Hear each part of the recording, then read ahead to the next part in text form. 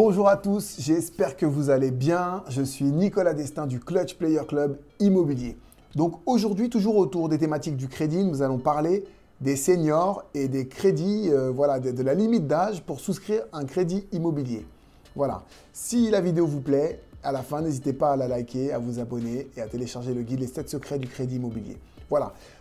En termes d'âge, la seule limite qu'on puisse s'accorder, c'est celle que l'assureur va nous demander. C'est-à-dire que concrètement, vous avez un âge limite pour être assuré. Il faut qu'à la fin du crédit, vous n'ayez pas dépassé un âge limite. D'accord? Cet âge limite, il va différer en fonction des assureurs. Donc chaque banque travaille avec un assureur différent, mais je vous donne un cas commun, le cas le plus large, on va dire, qui englobe tous les autres. Moi, la banque avec laquelle je travaille, qui va pouvoir aller le plus loin en termes d'âge, elle peut aller jusqu'à 85 ans. Ça veut dire qu'à la fin du crédit, il ne faut pas que l'emprunteur ait dépassé 85 ans. Donc, si on fait un prêt sur 25 ans, ça veut dire qu'il ne faut pas qu'il ait dépassé 60 ans au départ du crédit. D'accord? 60 ans plus 25 ans de durée de crédit, à la fin, il ne faut pas dépasser 85 ans. Évidemment, il ne faut pas faire ce type de crédit sur n'importe quoi, puisque le client peut arriver en retraite, il peut avoir des revenus qui vont diminuer, etc. Donc, si c'est pour la résidence principale, il faut faire très attention. Mais si vous achetez un immeuble, vous achetez du locatif, des appartements, etc., vous avez un loyer qui va tomber en face, etc. Dans certains cas, il n'est pas complètement stupide de s'endetter, même au-delà de ses 75 ou ses 80 ans. Voilà. J'ai eu des cas particuliers. Je vais vous raconter une petite histoire maintenant, une petite anecdote qui m'est arrivée avec une banque que je ne vais pas citer parce que ce n'est pas super pour la banque ce qui s'est passé. Donc en tant que courtier, lorsque j'ai monté la start-up le courtiergratuit.fr avec mon acolyte de toujours, Armel, nous avons monté cette start-up il y a une dizaine d'années, allez 5-6 ans plutôt. Et donc j'ai eu un appel d'une petite cliente qui avait 65 ans et qui était en retraite dans moins d'un an. Elle était dans la fonction publique et donc sa banque, une banque dont le logo est bleu, sa banque lui refusait son crédit, sachant qu'elle était propriétaire de son appartement donc, à Clichy, pour tout vous dire. Elle était propriétaire d'un appartement qui valait 150 000 €. Elle voulait acheter avant son départ en retraite, en Vendée, à l'époque, un petit bien qui valait à peine plus cher que son appartement actuel, qui était déjà payé. Donc concrètement, son appartement il valait 150 000 €, elle voulait acheter 170 000 €. D'accord ? Sa banque lui a dit non et sa banque a refusé de la financer.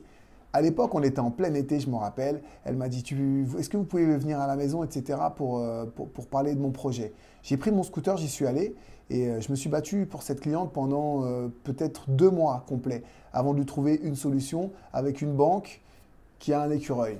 Voilà, à l'époque, cette banque-là, parce que j'avais des très bons rapports avec une directrice d'agence, cette banque-là a réussi à nous sortir ce crédit, sachant que c'est ce qu'on appelle c'est quasiment ce qu'on appelle un relais sec. C'est-à-dire que à la fin de l'opération, la banque elle a un encours qui est très très bas.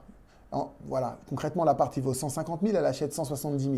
La banque va lui avancer 170 000 €, mais elle sait que dans un an, elle sera en retraite, donc elle va revendre, elle va récupérer ces 150 000 € et rembourser le crédit par anticipation. Il ne restera plus que 20 000 €. Ça, la banque, ça ne l'intéresse pas. Parce que la banque, si elle monte un prêt, elle veut travailler pas mal pendant quelques semaines à monter le prêt, mais elle veut que le prêt, il lui rapporte des intérêts pendant 15, 20, 25 ans.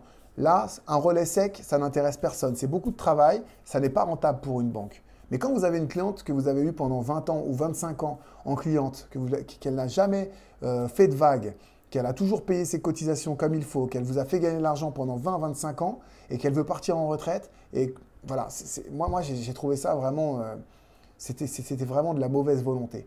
Voilà. Et donc, en tout cas, on s'est battu, on l'a sortie. Je suis assez contente pour elle, puisqu'aujourd'hui, elle est en province. Elle est dans sa maison en province, qu'elle a pu s'acheter grâce à ça.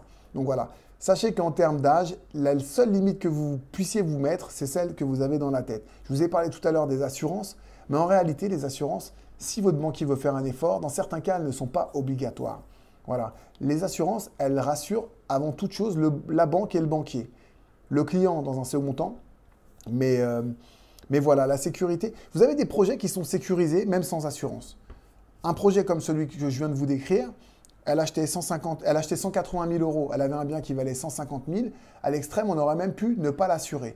Parce que sachez que quand vous vous assurez que vous avez plus de 60 ans, les assurances, elles vous coûtent très très cher. Elles vous coûtent 2-3 fois plus cher qu'un jeune. Voilà, parce qu'évidemment, le risque, il est plus important.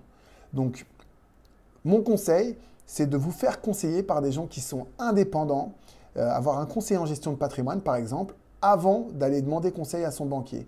Parce que le banquier, évidemment, il fait son travail. Il va d'abord assurer les arrières de la banque, puis il va s'occuper de son client. D'accord? Donc, n'hésitez pas à nous solliciter, à solliciter des courtiers ou des conseillers en gestion de patrimoine qui ont de la bouteille et qui vous diront ce qu'il est possible de faire en termes d'assurance et ce qu'il est intéressant de faire.